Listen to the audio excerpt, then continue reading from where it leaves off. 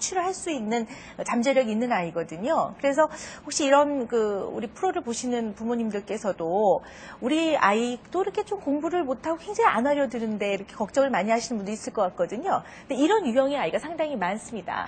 이런 아이들 뭐 예를 다 말씀드리기는 어렵고요. 대표적인 세 예를 제가 하나 드리려고 해요. 어떤 아이냐면 지나치게 완벽하려고 하는 아이가 있어요.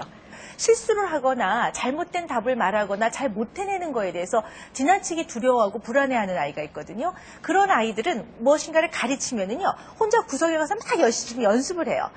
연습을 막 하고 외워보다가 뭔가 거기서 좀 좌절이 있거나 잘 안 될 때는 그 다음에는 안 해내려고 합니다. 그러니까 완벽해야지만 뭐를 하니까 사실은 완벽해지기 위해서 그 전에 해야지 뭘 해내는데 이게 거꾸로 돼 있다는 거죠. 그래서 이런 아이들이 뭘 잘 안 해내려고 하고요.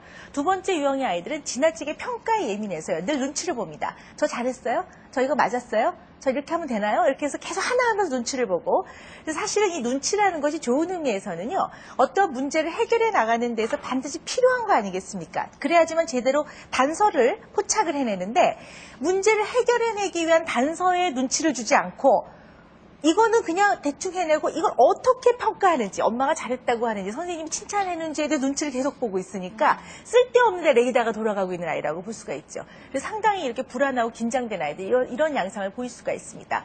그런데 어머니께서 어떤 실수를 하셨냐면 아이한테 자신감을 주기 위해서 자꾸 넌 할 수 있어, 넌 잘할 거야, 할 수 있어, 이렇게 말씀하셨거든요. 근데 그게 나쁜 말인가요?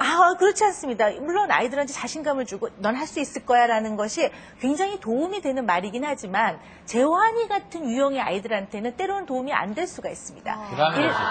왜냐하면 넌 잘할 거야 라고 얘기했는데 자기가 아무리 생각해봐도 완벽하지 않거든요. 자신이 없는 부분이 있는데 엄마는 잘할 거야 라고 얘기하니까 나 못할 것 같아, 이러면 안 해버리는 거죠. 오히려 이런 아이들한테는 엄마가 틀리면 어떠니? 그냥 해보는 거야. 하다 보면 또 언젠가 잘할 수도 있겠지. 그냥 편안하게 해봐.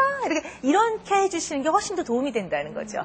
그래서 아이의 특성에 맞춰서 잘 이렇게 지도해 주시는 게 필요할 것 같습니다. 알겠습니다. 자, 여기서 산만한 아이들에 대한 이해를 좀 돕기 위해서 저희들이 준비한 진실 퀴즈입니다. 지금부터요, 이 산만한 아이들의 책상에 과연 책꽂이가 필요한가, 필요치 않는가. 여기에 대해서 이제 박미선 씨하고 저하고 얘기를 할 겁니다. 누구의 얘기가 옳은지 보시고요.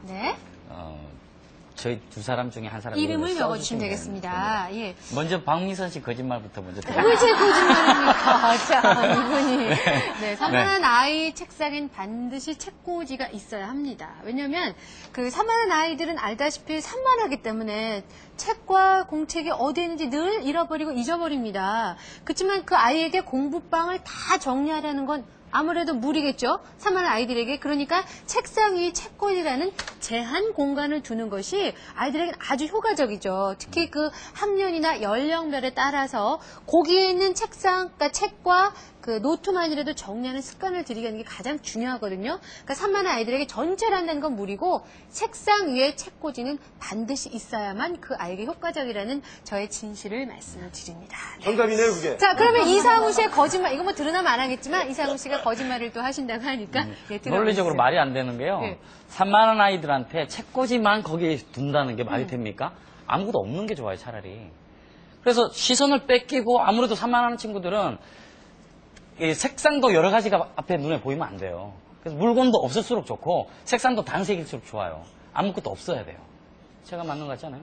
약간 좀 부족하잖아요, 설명이? 아니, 설명을 듣다 보니까 좀 부족해, 어딘가. 아니, 그냥 우기는 것 같잖아요, 일단. 아니, 산만하기 때문에 그런 제한된 공간을 설정을 해주는 게 아이에게 교육적으로 도움이 된다는 제 얘기가.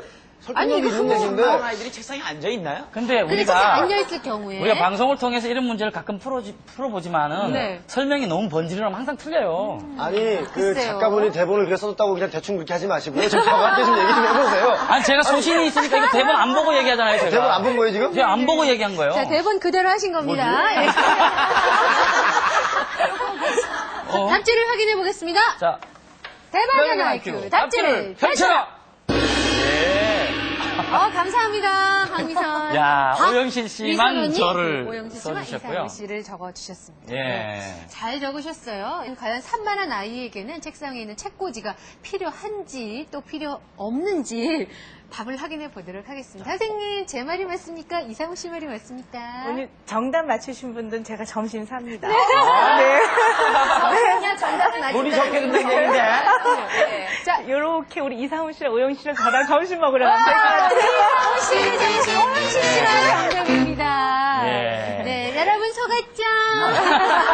아니, 박민선 씨가 너무 설명을 잘해가지고. 네네. 너무 이상하네. 아이고, 좀 아니, 저도 죄송한 잠시 생각이 드네요. 혼미해졌어요. 너무 네. 설명들 잘하셔가지고요. 네. 아, 잘하시고 보고 네. 이상호 씨가 너무 설명을 못하니까. 아니, 더 이상이 무슨 설명이 산만한 아이 경우가 그렇죠. 다른 네, 아이들은 또 도움이 되기도 하는데요.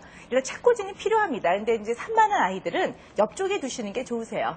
근데 왜냐하면 또 너무 멀면 꽂으러 가다가 옆길로 새서 다른 짓을 하니까 너무 이제 그 이동거리를 많이 주시는 건 안 좋고요. 그렇지만 이제 눈앞에 있으면 이 아이들은 예를 들어서 공부하다가 자기가 곤충을 좋아하면 곤충책에 꽂혀 있으면 그거 보다가 그거 빼서 공부 안 하고 그거 읽고 있거든요. 그렇기 때문에 이제 숙제나 과제를 해야 되는 책상은 좀 깨끗하게 해주시고요. 하지만 정리할 수 있는 공간은 반드시 필요하니까 옆쪽에 두셔서 이렇게 돌아서 꽂을 수 있게. 그래서 공부를 하는 동안에 이렇게 시선이 있는 곳에서는 좀 깨끗하게 정리를 해주시는 게 이 아이들한테는 더 효과적입니다. 그러면 산만한 자녀를 둬서 고민이신 우리 부모님들 저희 대발견 아이큐 홈페이지에 연락처와 함께 사연을 올리시면 전문가의 도움을 받으실 수가 있습니다. 많은 참여 부탁드리겠습니다. 자, 그러면 오늘의 1등을 알아보도록 자, 하겠습니다. 오늘의 1등은 뭐 두말할 거 없습니다. 주보구단 오영실 씨 네, 축하드리겠습니다. 축하드립니다. 제가 이상한 식당이라고 굉장히 좋아하는 잘 챙겨주시네요. 그러게 말해요. 아유, 네. 너무 좋아가지고. 자, 오늘도 뭐 여러 공부가 됐습니다. 옥세리 쇼를 처음 나오셨는데 공부 좀 되셨어요? 공부 굉장히 많이 됐고요. 예. 제가 이렇게 뭐 질문에 대한 답을 생각하는 그 시간보다 전문가 선생님들 나오셔서 여러 가지 이제 말씀을 해주시는 거에 대해서 너무 좋은 오늘 그 정보를 얻고 가게 됐어요. 옥세리 씨는 굉장히 진지하신 것 그러니까요. 같아요. 네. 열심히 그 모습을 학습하는 보면서 저희들도 정말 네. 편한 마음으로 공부했어요, 이제. 너무 오늘 앞동네 뒷동네 차이 났어요. 네. 네, 오늘 감사합니다. 네. 오늘 도움 말씀 주신 전문가 선생님 세 분 감사드립니다. 수고하셨습니다. 네. 자, 그리고 오늘 정말 재밌었습니다. 편하게 여러분 고맙습니다. 수고하셨습니다. 자, 저희는 다음 시간에 또 찾아뵙도록 하겠습니다. 여러분, 안녕히 안녕히 계세요. 계세요.